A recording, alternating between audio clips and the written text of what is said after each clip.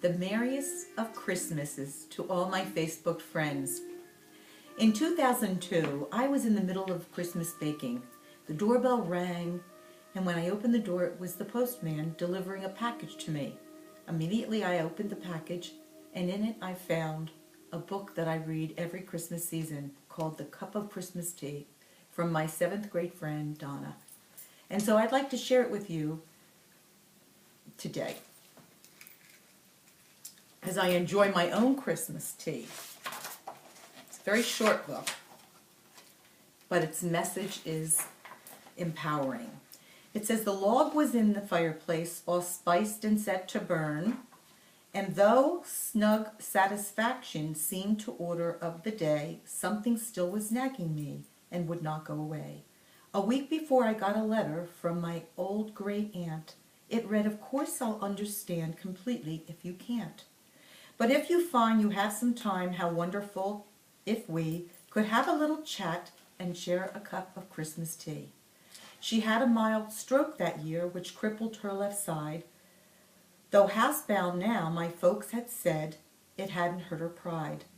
They said she'd love to see you. What a nice thing it would be for you to go and maybe have a cup of Christmas tea. But boy, I didn't want to go. Oh, what a bitter pill. To see an old relation and how far she'd gone downhill. I remembered her as victorious, as funny and as bright. I remembered Christmas Eves when she regaled us half the night. I didn't want to risk all that. I didn't want the pain. I didn't need to be depressed. I didn't need the strain. And what about my brother? Why not him? She's his aunt too. I thought I had it justified, but then before I knew, the reasons not to go I so painstakingly had built were cracking wide and crumbling in an acid rain of guilt. I put on my boots and gloves and cap, shame stinging every pore, and armed with squeegee, sand, and map, I went out my front door. I drove in from the suburbs to the older part of town. The pastels of the newer homes gave way to gray and brown. I had that disembodied feeling as the car pulled up and stopped beside the wooden house that held the Christmas cup. How I got up to her door, I really couldn't tell. I watched my hand rise up and press the button of the bell.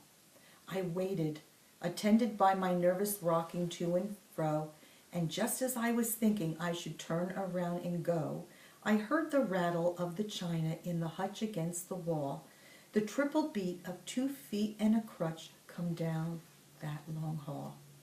The clicking door latch and the sliding of the bolt, and a little swollen struggle popped it open with a jolt. She stood there pale and tiny, looking like a fragile as an egg. I forced myself from staring at the brace that held her leg. And though her thick bifocals seemed to crack and spread her eyes, their milky and refragment depths lit up with young surprise. Come in, she laughed the words. She took me by the hand, and all my fears dissolved away as if by her command. We went inside, and then before I knew how to react, before my eyes and ears and nose was Christmas past, alive, intact. The scented of candied oranges, of cinnamon and pine, the antique wooden soldiers in their military line, the porcelain nativity I'd always loved so much, the Dresden and crystal I'd been told I mustn't touch.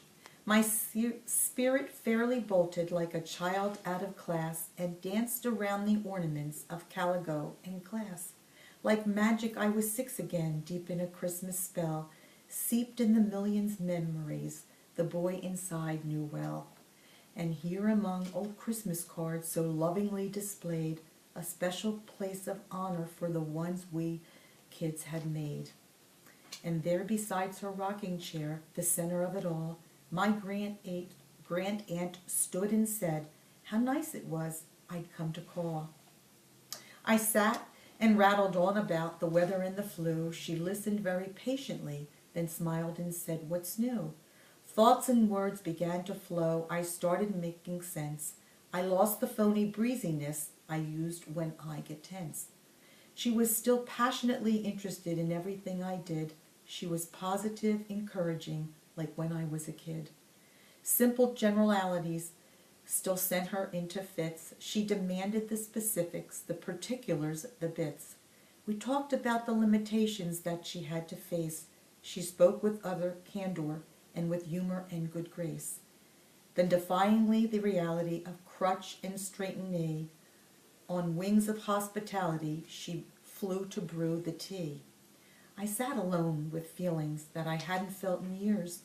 I looked around at Christmas through a thick hot blur of tears, and the candies and the holly she arranged on every shelf, the impossible good cookies she still somehow baked herself. But these rich tactile memories became quite pale and thin when treasured by the Christmas my great aunt kept deep within.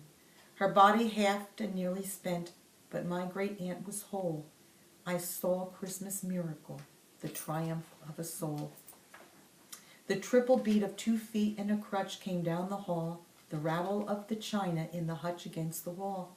She poured 2 cups, she smiled, and then she handed one to me, and then we settled back and had a cup of Christmas tea.